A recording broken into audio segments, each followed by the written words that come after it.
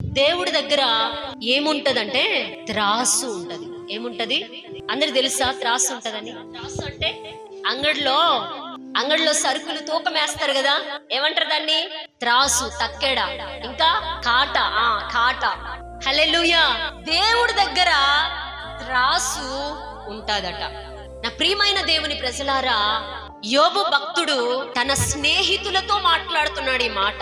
ఎవరితో మాట్లాడుతున్నాడు? తన స్నేహితులతో మాట్లాడుతున్నాడు. ఏమని మాట్లాడుతున్నాడంటే, ఆయనకొచ్చిన దుఃఖాన్ని బట్టి, ఆయనకొచ్చిన శ్రమను బట్టి, ఆయనకొచ్చిన బాధను బట్టి ఆయన 3వ అధ్యాయంలో ఏమంటాడంటే, నేను చచ్చిపోతే బాగుండు, నేను మరణిస్తే బాగుండు, అసలు నా దినము లేకుండునుగాక, నేను పుట్టిన దినము ఉండకుండునుగాక అని శపించుకుంటా ఉన్నాడు. ఎందుకు?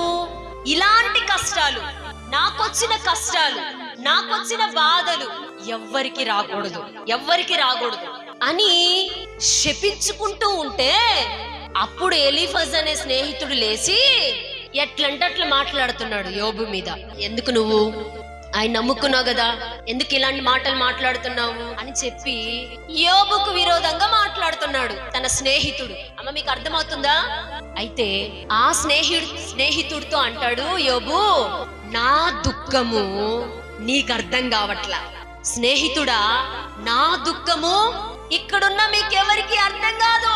మీ బాధలు ఇక్కడున్న ఎవరికి అర్థం కాదు, నా బాధలు ఇక్కడున్న ఎవరికి అర్థం కావు. గాని మన బాధలు ఆయన చక్కగా తూచునుగాక.